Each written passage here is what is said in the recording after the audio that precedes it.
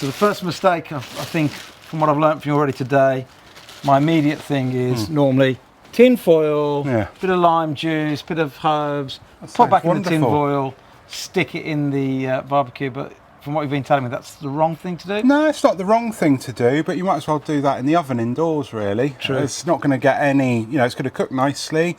You're going to miss out on that lovely crispiness of the skin and the smoke and the fire and the caramelization. It's going to steam it and cook it lovely, which is nice, but you might as well cook it indoors in the oven. Okay. Yeah, not on the barbecue. So got you. Beautiful fish like this beautiful sea bass needs a lot of love and cooking over fire. But again, we don't want to faff around with it too much.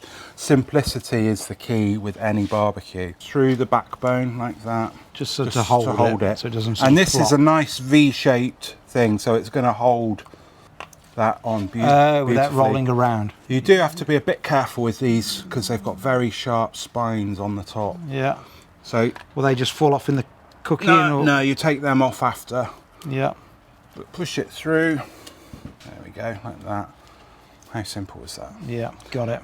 So a mistake people do when they're cooking fish on a grill is that they put a cold wet fish on a hot grill and it sticks. Yeah. Sticks like glue, and then they start hacking at it straight away. So then you lose the bit with all the flavour. Exactly, and the fish is quite delicate, you know, so buy as fresh a fish as you can.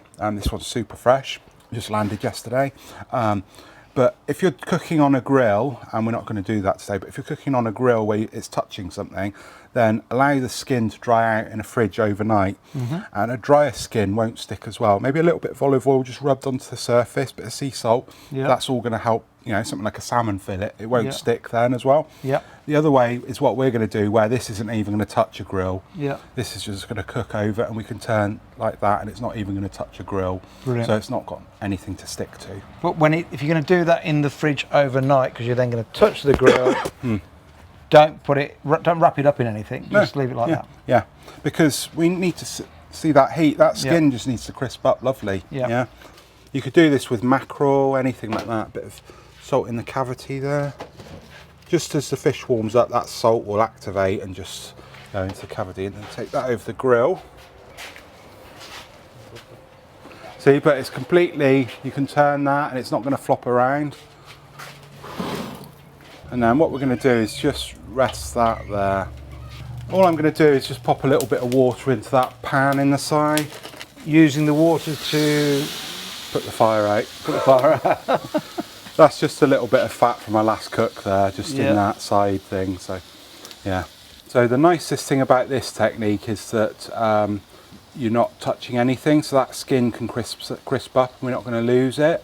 We're going to keep that skin as part of what we cook. And how long, roughly, Marcus? Probably about half an hour, 20 minutes, half an hour. So this needs to get to about 55, 60 degrees to cook through, but obviously the hot bit in the middle there, the heat needs to get up in the middle there as well. So we don't want to overcook this. I'll just have it like that for a little bit, and that heat will come up through.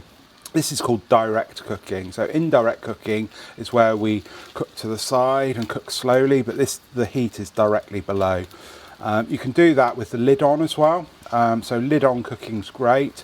I could do that with this fish, but then I couldn't put the skewer across. So for this technique with the skewer for a fish, you have the lid off.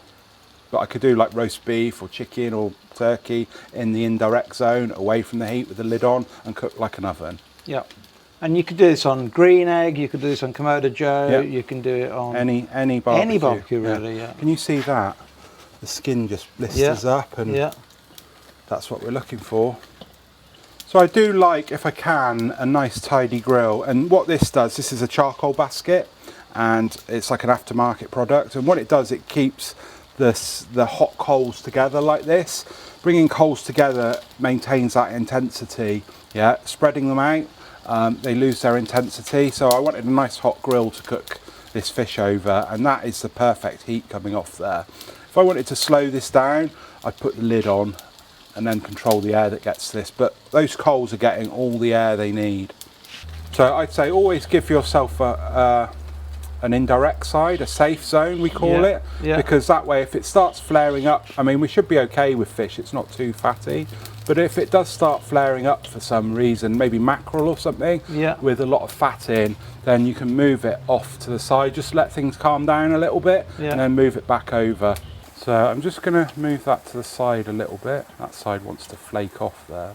And then just start squeezing some lemon over the top. Yeah, I just overcomplicate all my cooking. Yeah, just something about the acidity of it just works really well with fish. A bit like if you have like a nice crisp Sauvignon Blanc or something, it goes so well with fish, you know, rich fish. Just have that acidity there, it works so well because fish is so clean. You don't want anything too bold, just something light and zingy like lemon or lime works really well. So let's have a little check of the temperature of that. 30, 33, so a little bit to go in the shoulder, but it probably won't take long now. That bit's going to be ready though, so should we take that off because that's just going to fall. You get that little chef's perks. That was amazing. I'm not blowing smoke at Marcus's backside, but that is probably the best fish I've ever tasted. Oh, thank you. That is, So we've let the fish rest for about 10 minutes now, just to let everything soften up and the juices to mellow out, and it's beautiful. It's time to get tucked in. And you applied salt before, salt afterwards, a bit of lemon on the grill. Yeah. Lemon now, but nothing else. Nothing else. No. Fantastic. It's all about that skin as well. So just come in here, and this isn't the sort of food where you just, look at that, it just flakes perfectly. Wow. This isn't the sort of food where you sit and you have a nice portion, you have a nice couple of fish, share it between friends, flake it out, relax. This is friends food, and that's the best way to eat barbecue, I think. Yeah. Not on a fancy plate in a restaurant. This is where it's at. Also dive in and try a bit. Honestly, Marcus, that is the nicest fish I've ever tasted. And I've incorrectly barbecued, murdered many a fish. Yeah. But is it all about that skin or what as well? Delicious. Delicious, yeah. And start barbecuing your own fish. It's a great way of getting marine collagen, but also it's just so damn enjoyable. Absolutely.